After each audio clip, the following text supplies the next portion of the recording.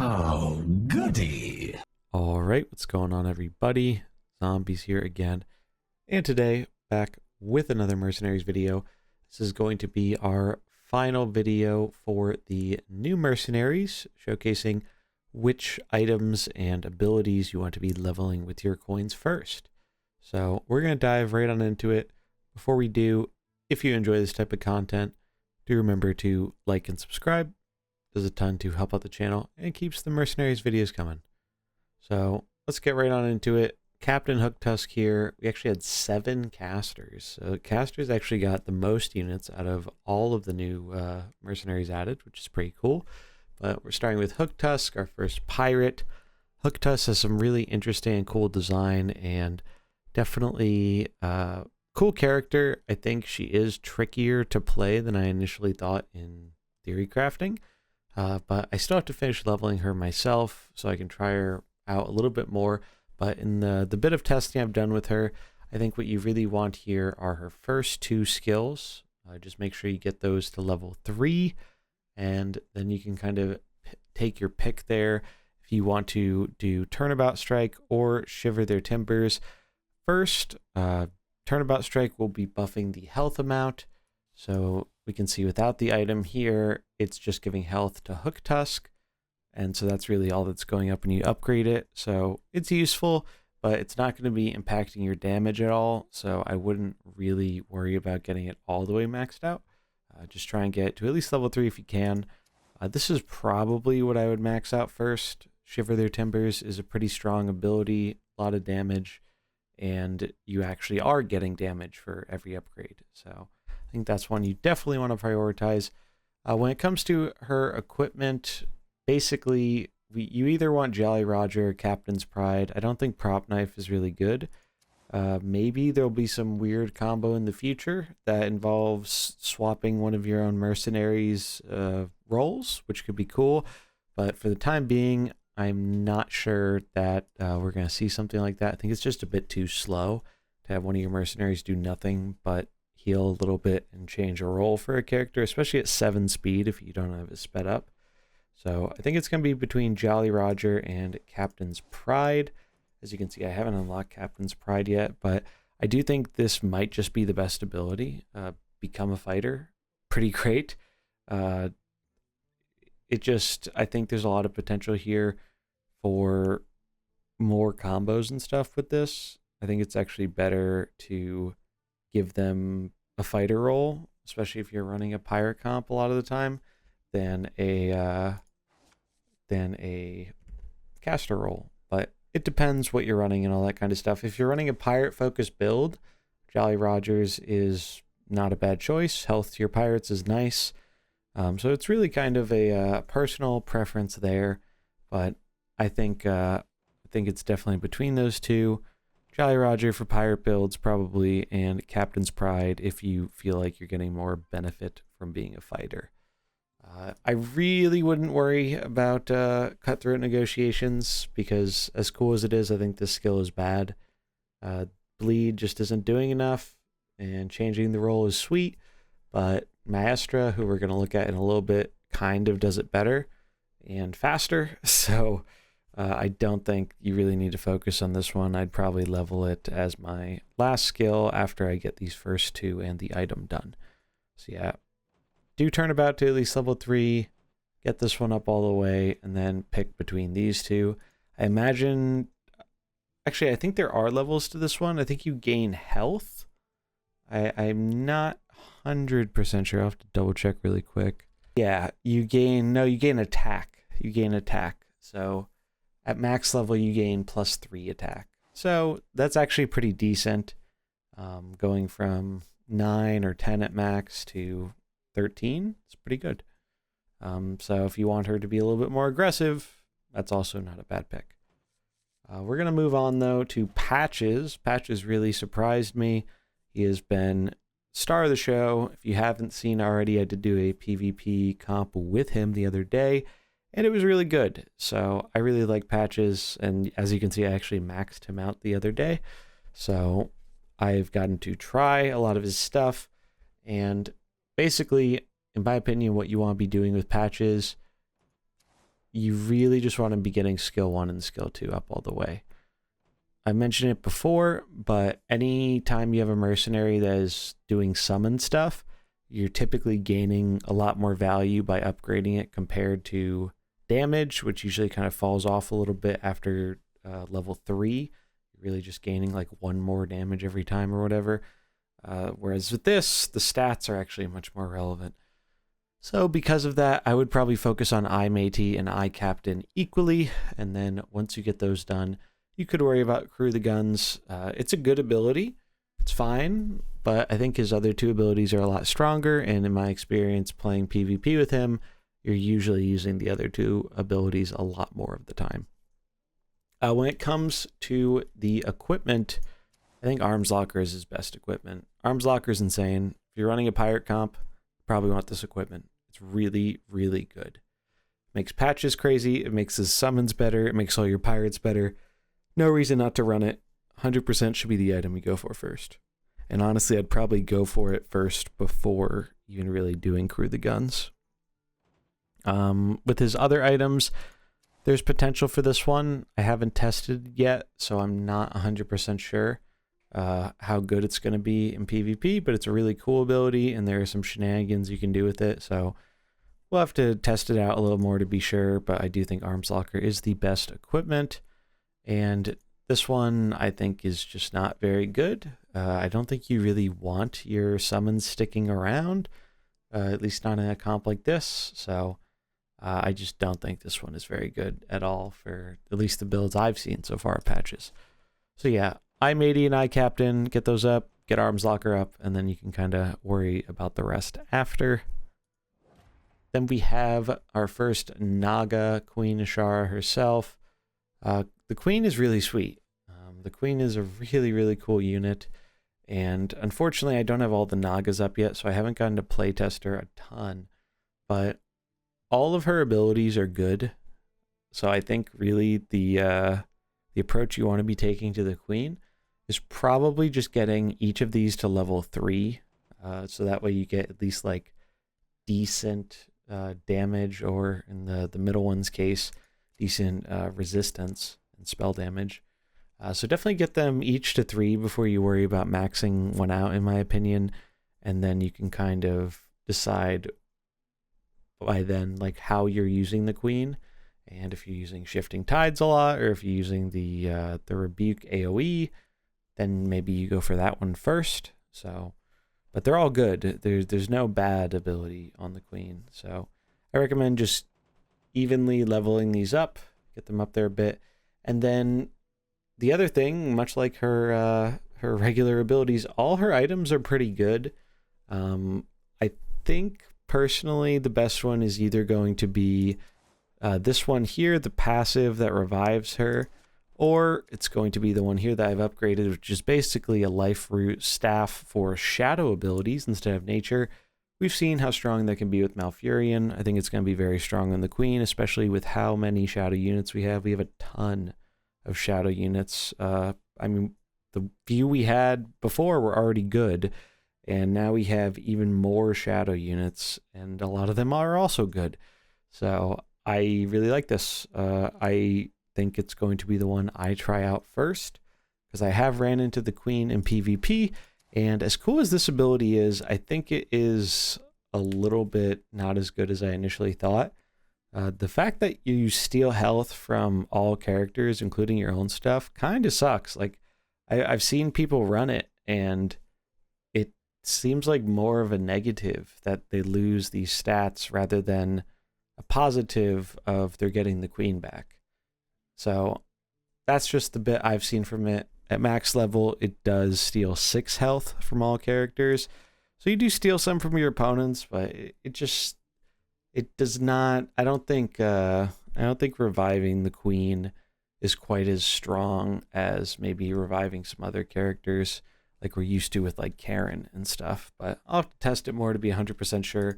And then this one's really cool if you're running a Naga comp, or if Nagas become meta and your opponent might have some on the field, as the max stats for it are +1/+6, so you can get a very, very big Queen. But I've heard this one is also a little bit underwhelming. So personally, I think the healing with the shadow abilities is probably the way to go for the queen. But I don't think either of these are like bad. I just think they're a bit more build dependent potentially. I guess you could make the argument that this is build dependent too, as the queen only has one shadow skill, but I'd imagine you're running at least one or two other shadow units if you're running the queen, whether that be Nagas, Vol'jin, Kazakus, whatever. So yeah, basically evenly do the queen's abilities as you go. Try and get them to all level 3 first. Then you can kind of slowly get them all the way to max. And then I do think Xalatoth here is the best equipment, but it is possible that one of the other two here could be better for a more specific build that kind of utilizes the extra stats or the fact that the queen comes back the first time she dies. But at least from what I've seen so far, I think the healing's the best way to go. Then we have our second blue Naga here. So Zar'jira, the Sea Witch. And this one's really cool.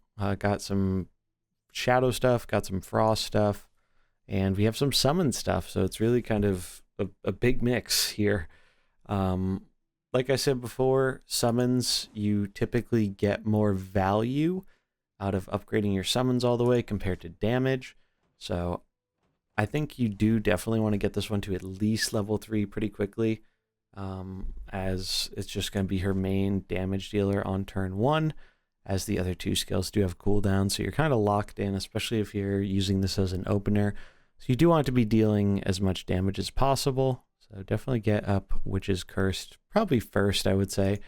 Then we have Freezing Touch. Really interesting ability. Worth noting that since the opponent is the one dealing the AoE damage when they lose their frozen, it will not crit it because it's coming from one of the opponent's mercenaries, and your own mercenaries cannot crit your other mercenaries. That's just how it works. So you do have to be aware of that. You're not going to be critting a red for blue damage because the damage isn't actually coming from our Naga here. It's actually coming from whatever Merc we freeze and get that effect off on. So this ability's cool. I like it. But I think the bigger reason you're running this is for the freeze. So you really, I don't think, have to worry about leveling it up a ton right away, because I think the damage is a little bit more of a bonus rather than the main reason you're running this skill. And then, like I mentioned, it's just good to get your summons up because you just get a lot more value out of them.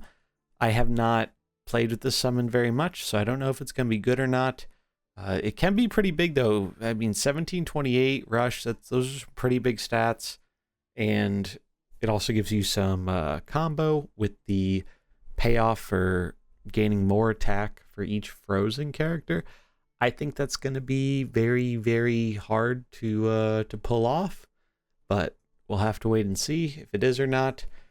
But it's not a bad idea to get this one up so that way you at least have another option if Witch's Curse isn't looking very good for a turn. And especially if you're using her as a lead, where you won't have the freeze ability for 2 turns. Now, looking at the items here.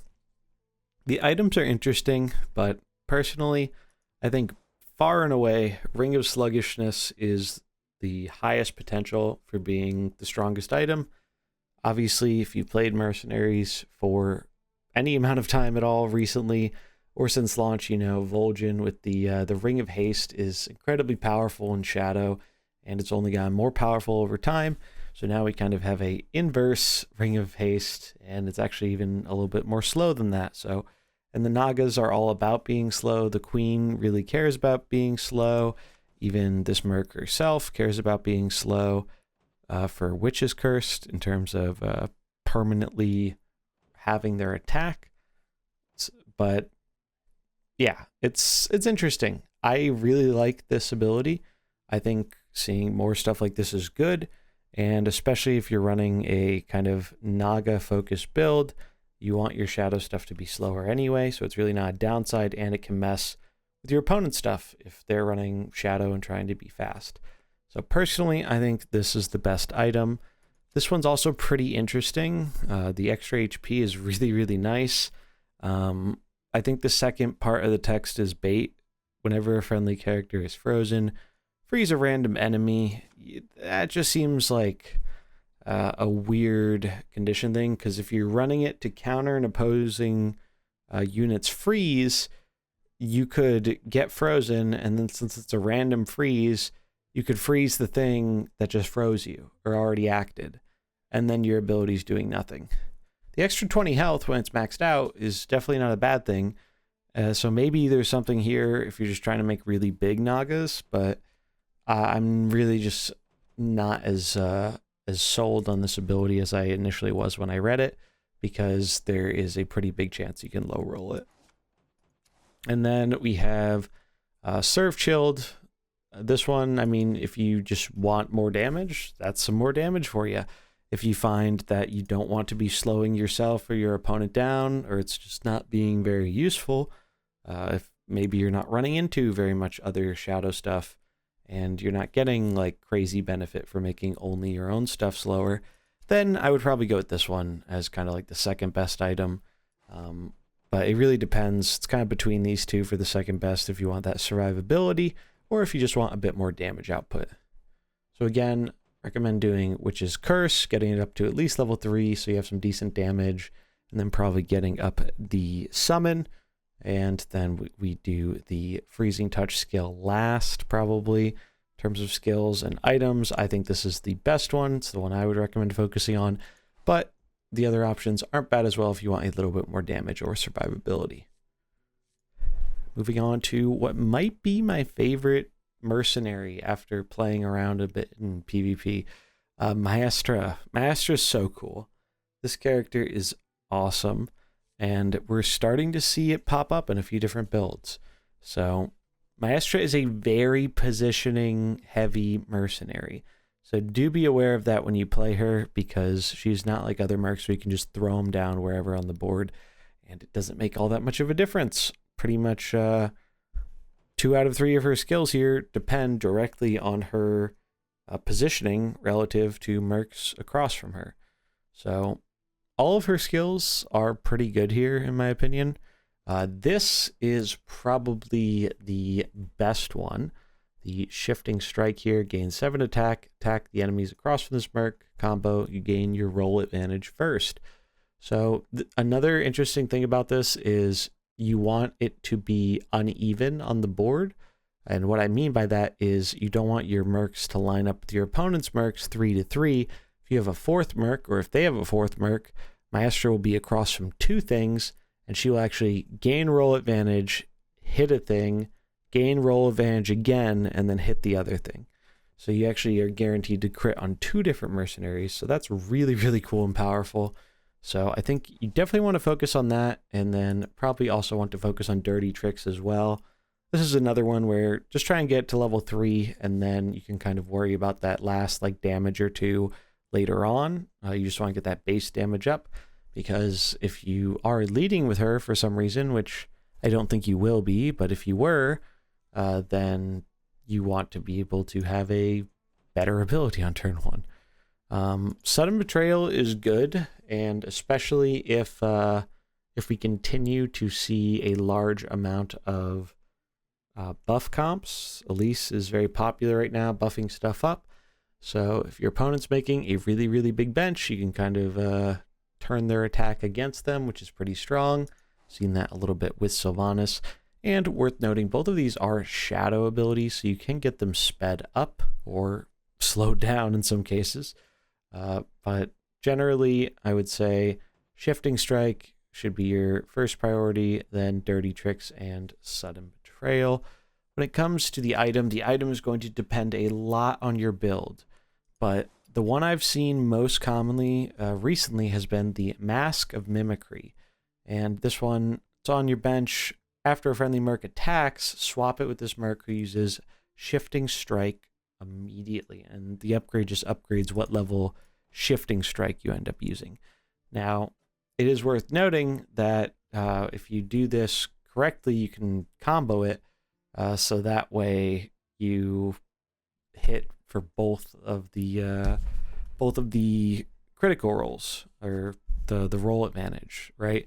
And because of that, I've actually seen this in a interesting build where you use Elise to combo the ability, and then you use I'm not even 100% sure how the combo works exactly, because even though it's 4 speed, because it happens when you come out, you can actually, I believe, combo this with a slower ability as long as it is happening after your first Merc attacks. So it should be a guaranteed combo, I believe.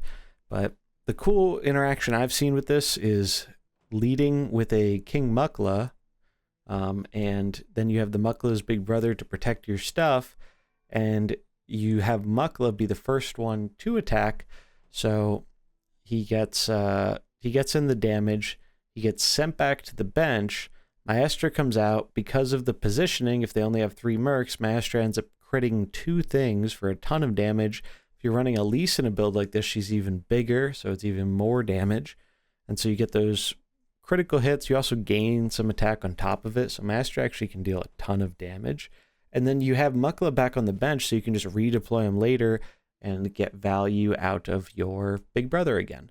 And that can be a real pain for some of these very attacking focused comps going around right now. So I think this might be the best ability because of that. But like I said, it's going to depend on your build. There are some interesting combos you can do with this one. After an enemy minion is summoned, swap your lowest health Merc with this Merc who uses Sudden Betrayal 5 immediately. Cool ability. I like seeing anti-summon stuff on a character like this. I believe there's a bug right now, though, that you should be aware of, because I think I've heard that this actually triggers on friendly summons, even though it says whenever an enemy minion is summoned. So hopefully they'll get that fixed soon, but do be aware of that. You really do not want to be using this ability if you are running a comp with summons. Then the last one, Mask of the Mummy here. So this one triggers whenever a friendly Merc dies. I think it's probably the weaker of the bunch, but all of these kind of demand their own builds for them, in my opinion. So it really depends what you're trying to use Maestra to do. But in the bit of kind of play testing I've seen with other people trying her out and running into her on ladder, Mask of Mimicry has been by far the most popular one. And especially with that like kind of Mukla or any kind of mercenary where you can rebuy them off the bench for a free summon like Eudora, definitely should be good with Maestra and that item. So again, definitely want to focus on Shifting Strike first, then Dirty Tricks and Sudden Betrayal and Mask of Mimicry. I'd probably honestly do Mask of Mimicry after getting these first 2 done. Maybe get this one to 3 so that you have it as an option, because sometimes it can be very clutch, but it is a bit more fringe compared to the other 2 abilities.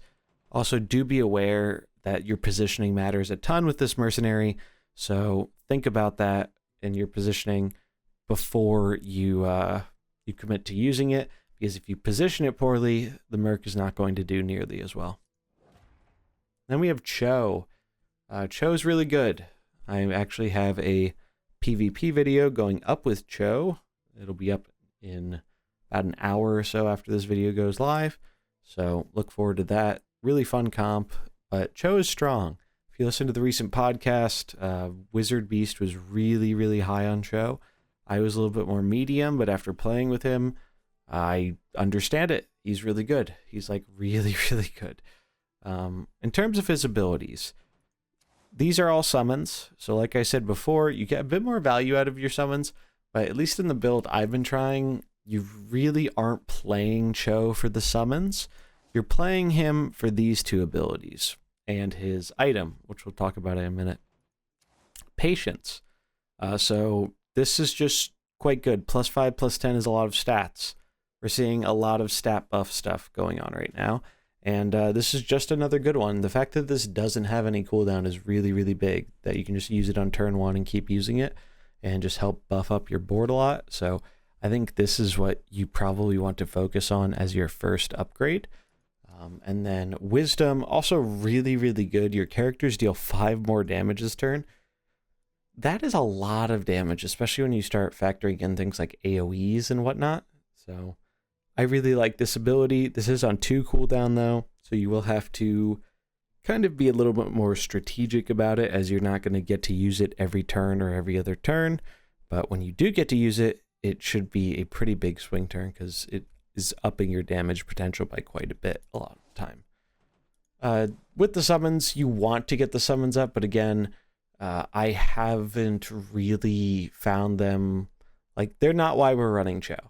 Like, the summons are fine. You want them to have as much stats as they can, but I'd probably get this one to level 3 or whatever, and then worry about it last in terms of the first upgrades you're going for.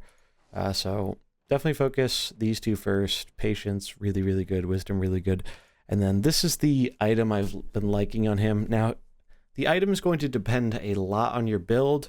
I am running Cho as a opener, and if you want a potential Trigor counter, this is the item to do it, as you totally shut down their attack of all their attacking units on turn 1.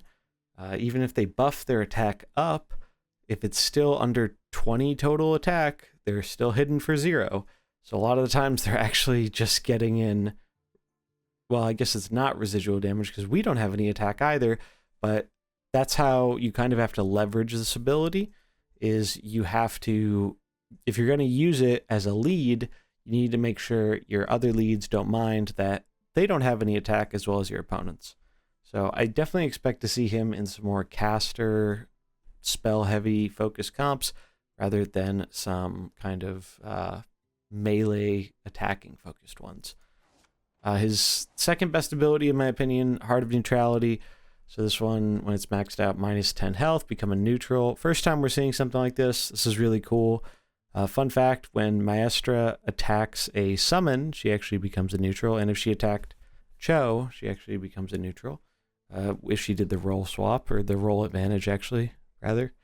Because you can't have roll advantage against a neutral, because there is no roll advantage.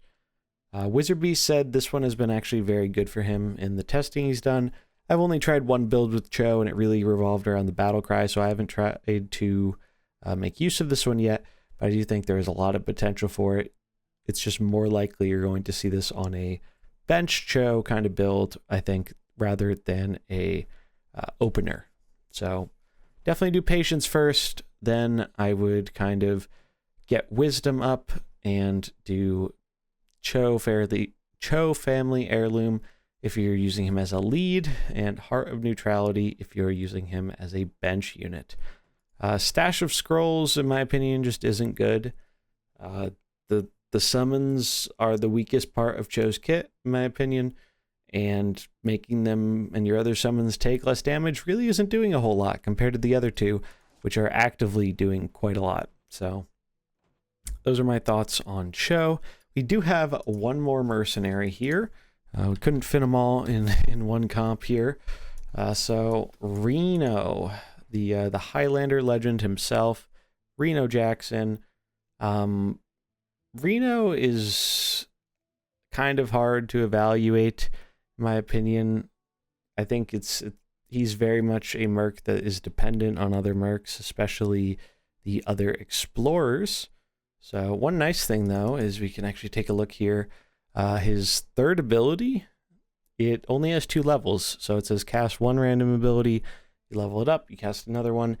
There is a list of all these abilities, and they did mention they are going to kind of clarify and update the text to make it a little bit more clear. But there's a list of stuff that it can do, from damage to a few other effects. None of it's like that insane, but it's a fine death rattle to have. So could be a reasonable equipment there.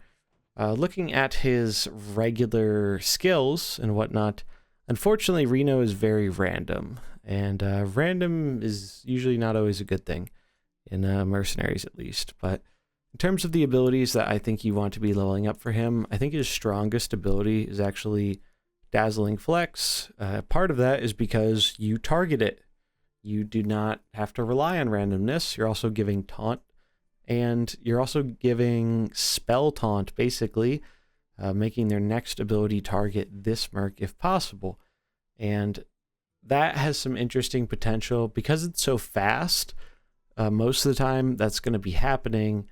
It is going to be happening that turn, but there are instances like if the opponent has a Valyria or something, that will actually progress over to the next turn if you hit them after they already act. So that's kind of a interesting thing. You can kind of lock out their move for the next turn potentially, or force them to hit into the Reno when maybe it's not optimal.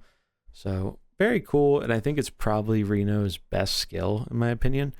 The other ones, the randomness just takes quite a bit away from them. Dealing a bit of damage and gaining some damage every time you take damage, it's a cool ability, but I don't think the damage you deal is really that crazy overall. I mean, and you're not really scaling up by a ton, only 3 for taking 20 damage. 20 damage is a lot. 20 damage is essentially a quarter of your health, and you're only gaining 3 damage from that. So I'm not really sure about this one. Definitely get to at least level 3, as you do want it to have it as an option, I think, but I don't think it is his best skill. And then that's my treasure. So you restore a range of health to this mercenary. So some healing stuff there, and then you deal damage equal to the amount healed to a random enemy. So these two are trying to synergize together. Reno takes damage, ups up his Gatling wand, and then you can heal him and continue doing damage with That's My Treasure.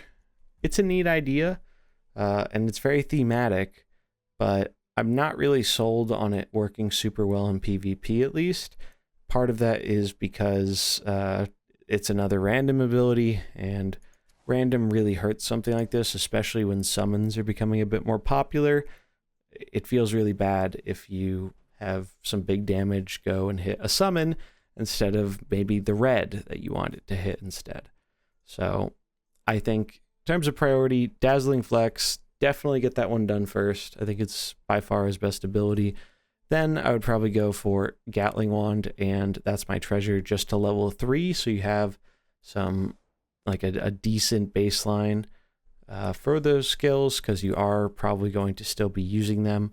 And then if we look at the items here, his items, he has, this one's really cool it makes Dazzling Flex into an AoE, but the problem is +2 cooldown. 2 is a lot of cooldown. If it said 1, maybe, but 2 I think is asking a little bit much. So I don't really think this one is worth using. Maybe I'm wrong, but I really just, I think 2 cooldown is too much. Like, yeah, you're dealing AoE, and yeah, it's dealing more damage, but I don't think it's doing enough to justify the 2 cooldown. So I think it's really between these 2 items. If you're not running him in an Explorer's comp, then I think it's always Treasure Inspector. I think Treasure Inspector is by far his best ability, and like I mentioned before, it starts out at level 3. You only need to upgrade this once, so that'll kind of save you on coins that you can focus on investing into his regular skills, which is nice. And then we have We're Rich. Really cool, really thematic, but this one does require 2 Explorers to be in play, so you do have to be doing a bit of an Explorer build, and it's kind of up in the air if that works or not right now.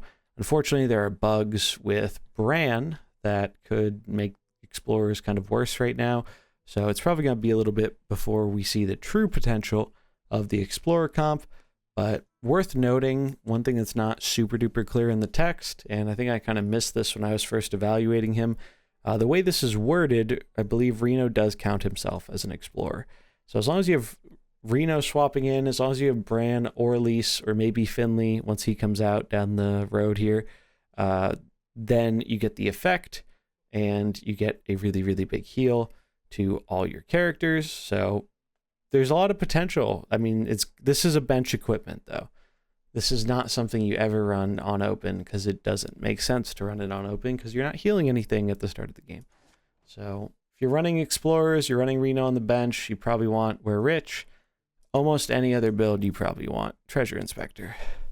So definitely Dazzle and Flex first. Get these 2 to level 3. Get this one to level 4. Then you can finish these up, and then probably do Wear Rich and Explorer's Hat. So those are all 7 of the new casters and the abilities that I think you should be leveling up for them. So yeah, really cool units. I think the casters are some of my favorite of the bunch, particularly Patches, Maestra, and I'm really excited to try the Nagas. So you can expect some stuff showcasing all those in the not too distant future, but I'm definitely curious what you think about these characters and their abilities. Let me know in the comments below if you think there is one that maybe I was underrating a little bit, as I do like hearing different people's opinions about these characters, because I've definitely been wrong about some things in the past, and I think Cho is a great example of one of those things. He was kind of hard to evaluate, in my opinion, just looking at him, but after playing with him, he felt kind of easy to evaluate, and he felt a lot better than I initially thought he was. So definitely let me know that stuff in the comments below, but that is going to do it for this video. If you enjoyed it, do remember to like and subscribe, and I'll catch you in the next one. Peace.